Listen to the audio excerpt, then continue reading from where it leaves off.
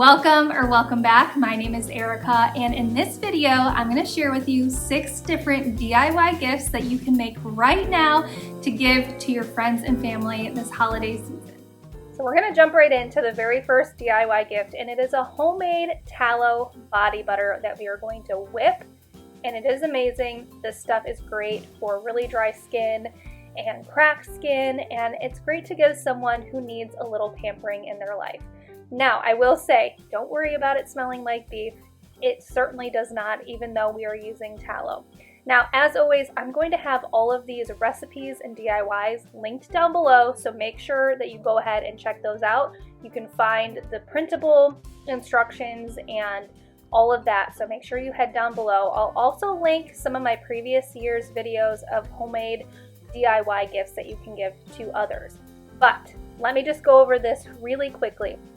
So what I did is I melted down a half cup of beef tallow, a half cup of shea butter, and then I added in a tablespoon of jojoba oil, and then I put it in the refrigerator to get nice and solidified. Then we're gonna add it to the bowl of a stand mixer, or you can use a hand mixer, and we're gonna whip it up. And what it does is it creates a nice fluffy texture, and it looks really pretty in a little mason jar, which we're gonna add it to. And as I said, this is really great for dry and cracked skin. I like to use it at night because it is a little bit oily, and I'm going to show you how to combat that a little bit here in a second. But it's just so good for your skin. If you have a minute, make sure that you look up the benefits of tallow. There are so many. And it's non-comedogenic, which means it does not clog your pores, and it's just really great for your skin. So to combat the oiliness a little bit, I added 1 to 2 tablespoons of arrowroot powder. You can play around with it, and that just soaks up a little bit of the oil, so it's not super oily. But again, I like to use this at night, and you can see that this almost looks like something you want to eat. I actually gave this to my neighbor, and I didn't tell her what it was. She thought it was food because it smells so good. And yeah, anyway, so it's really, really beautiful how it looks. Forgot to mention, you saw it though, that I added some essential oils. You can really play around with the combination that you want to do. I added 30 drops, and I like to do a citrus and lavender, or citrus and peppermint, and it just feels and smells so good. So then what I like to do is put that mixture into a bag. It's just a gallon plastic bag. You could also use a piping bag, and I'm just piping it into these little 4-ounce jars. You could use, I would recommend it be glass, so mason jars really work well. But whatever container that you like, and you don't have to pipe it in if you don't want to. You could certainly just scoop it in. And it just smells amazing. As I said, it works really great, and it is great for someone who needs a little pampering. Moving on to our next DIY gift. This is melt and pour soap, and this honestly couldn't be any easier. So I got these soap molds. Actually, my mom gave them to me a couple years back, and I never used them until now. But you want to make sure that they're nice and clean. And then I sprayed it with a little isopropyl alcohol. And you're going to get out a cutting board, a knife, and a kitchen scale if you have it. And then you'll need a bowl. What we're using is a shea butter soap base. I, again, will have all of this linked down below. But if you want to have different soap bases, you can. There is goat milk soap base. I think there's tallow. We have shea butter. There's so many different kinds, so you can decide what soap base that you want. But then we're just going to chop it up, and it's pretty easy. You just want to use a bigger knife, and we're going to need a total of 16 ounces or a pound of our soap base. So that's where the kitchen scale comes in. Again, you can eyeball it, see how much you have of your soap base and just estimate. It doesn't have to be perfect. We're going to get this cut up, put in the bowl, and then you can just melt it in the microwave or on a double boiler. Just like our last recipe, the double boiler, you add water to a pot, let it boil, put a heat-proof or a heat-safe bowl on top, and then it melts it gradually, and you're good to go. Then once your soap base is completely melted, we're going to add in essential oils. You can do any combination that you want. I recommend about 50 to 100 drops of essential oils, maybe going towards the 50, you know, staying on that lower end. But if you really want it to be fragrant, and depending on the oils that you're using, you can go up a little bit higher. For one of them, I did orange and clove and cinnamon. Another one, I did like a eucalyptus mint. There are so many different combinations. So choose kind of the scents that you want and just go for it. And once you've mixed in your essential oils, we're gonna add the soap base into our soap molds. Now, as I said, I'll have these linked, and you can buy soap specific molds, but you can also use any silicone molds that you would use for like candy making and things like that. So really, there's so many different options in terms of that. These are just rectangular bars of soap, and 1 pound makes 4 of, at least my molds, 4 of those. So you can kind of estimate how many you may want and go from there. Now this part is optional, but I did have these dried florals. This is calendula, and it doesn't have anything to do with the actual scent that I made the soap, but it's orange, and so I had orange essential oil and cinnamon, so I thought that kind of went well with it. And I'm just sprinkling it over top as the soap is dried a little bit or cured a little bit, but still wet on top. And you can see I did 3 different scents and 4 bars each, and you just let them basically cure for like 4 to 14 hours, at least according to my soap base, and then they're ready to use. So you just take them out of the molds, and you can, you know, package them up however you want to. And I just think they're so pretty, and this is such an easy DIY project.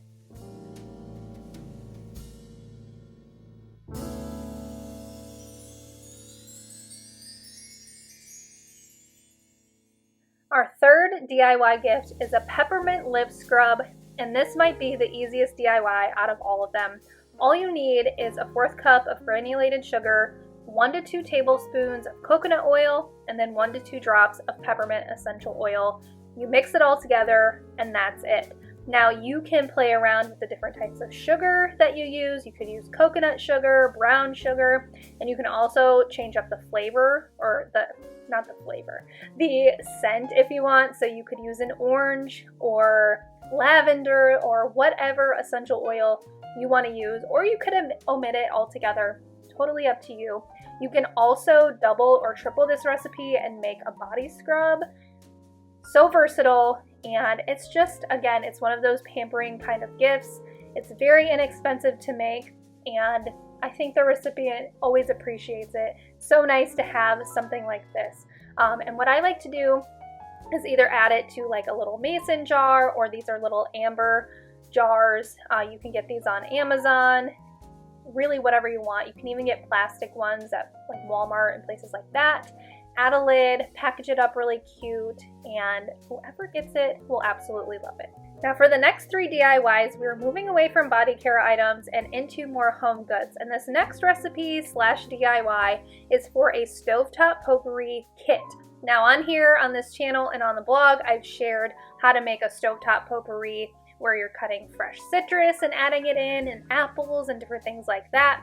But for this one, we are actually going to dehydrate some oranges and add cinnamon sticks and things like that. So the first step is to thinly slice our oranges. Now you can do any kind of citrus fruit that you want. You can even do cranberries. I've never made it with cranberries, but that's something you can absolutely do. And we're going to add our thinly sliced oranges to a lined baking sheet. Now I did several different pans of these. It depends on how many you want to make. For reference, I add about 10 to 12 slices of orange into each little kit. So determine how many of these you want to make, and then you'll know how many slices that you'll need. So we're adding the slices to the lined baking sheet, and then we're going to take them into the kitchen and add them to a preheated oven. That is, you can do it the lowest setting. My lowest setting is 170, or you can amp it up to 200. You don't really want to go any more than that, and you're just going to let them be. I would highly recommend that you do this on a weekend or something where you're going to be home all day, because it takes several hours, usually about 6 hours. And you want to be flipping the orange slices every hour, hour and a half, because you want them to dehydrate evenly.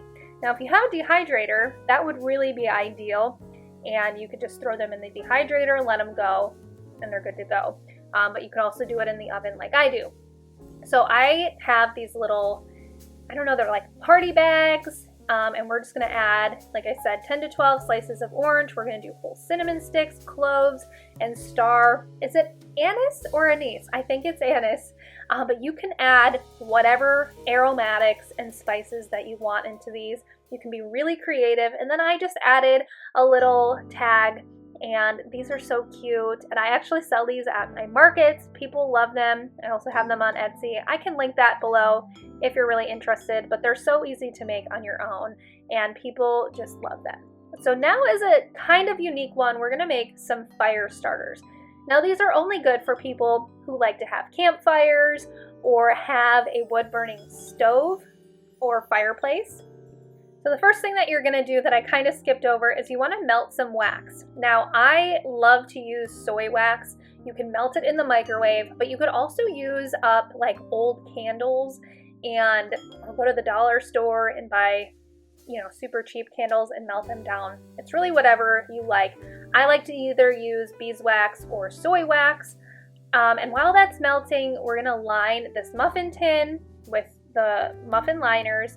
And then I did a cinnamon stick, a dried orange, and then I had some wicks, and I just cut them down, and you want to add a wick to each one. Now, you don't have to do this, but I added some orange essential oils to the wax, totally up to you. But once the wax is melted, you're just going to add it to all of your little, we'll call them cakes. I like to fill them up about 3/4 of the way, maybe just a little bit more. And then you're just going to let them harden slightly. Because the other addition that I like to add are little pine cones. Now you can get these off of Amazon, or you can go find them in your yard somewhere, but you want to add them when the wax isn't quite set, but it's not super liquid either, because you want them to kind of float towards the top and stick out. And there you have it. These are so nice. Like I said, you have to have a wood burning stove or fireplace, or you can use them for campfires, and basically they start your fire. So you light them with your lighter, and you know, they slowly start to burn, and then you can add your kindling on top, and it helps your fire start. And they burn. I tested them. Obviously I don't have a wood burning stove or fireplace, none of that, so I'm doing it in my kitchen. It got a little gnarly for a second. No damage or anything like that, but they do burn for about 25 minutes. So you can certainly start your fire in that amount of time. And they smell really good because you've got the cinnamon, and then the pine cone has that woodsy smell, and the orange and orange essential oil. These are really great, and you can package them up really cute like you did the Stovetop Potpourri if you made that in those little bags. Add a tag, and they're so awesome. Okay, we're on to our very last DIY gift, and these are beeswax wraps.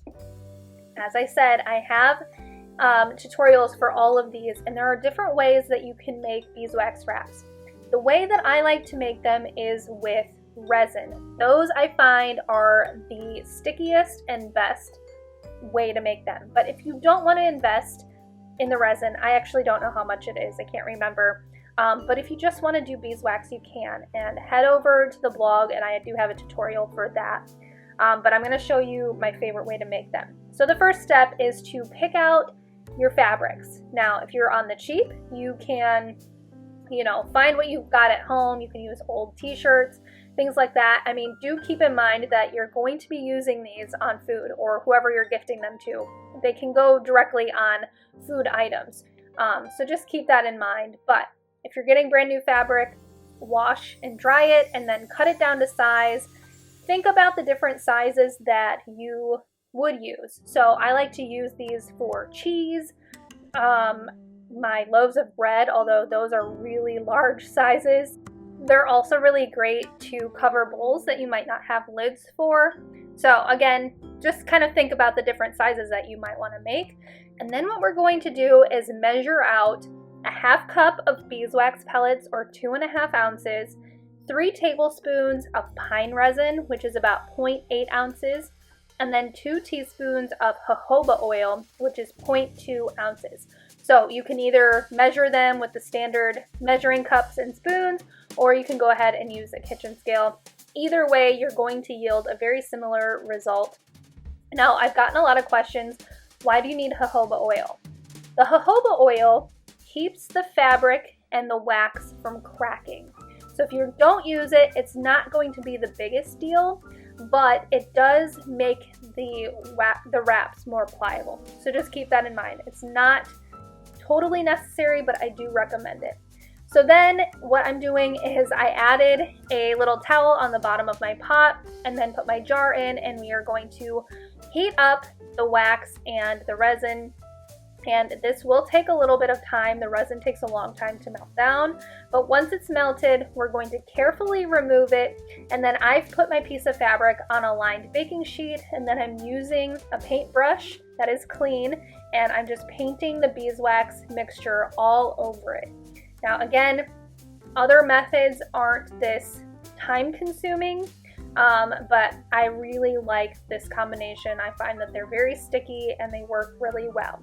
So once you've gotten your entire piece of fabric nice and coated, we're just gonna pop it in the oven for a little bit to make sure that everything is nice and even and melted, and then very carefully pick it up and kind of wave it in the air. And this is pretty quickly going to basically dry it.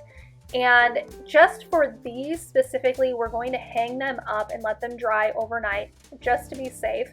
The other forms or the other methods that you're just using beeswax, you don't have to do this.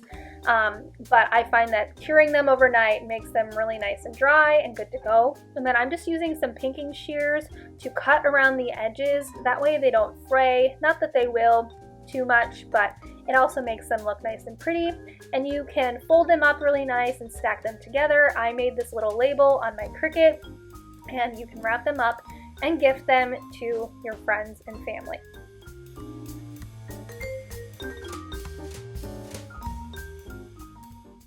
All right, well, thank you so much for being here. I hope that you enjoyed this video. If you want links to the blog posts for any of these tutorials, make sure that you head down to the description box and you can find those, as well as links to my previous videos that I've done on DIY gifts for the holiday season. Yeah, but thank you so much for being here. Like I said, I greatly appreciate you. If you want to see more videos like this, make sure that you subscribe to my channel. You can also hit the bell notification and it'll notify you every time I upload a new video. Thanks for being here, and I'll see you next time.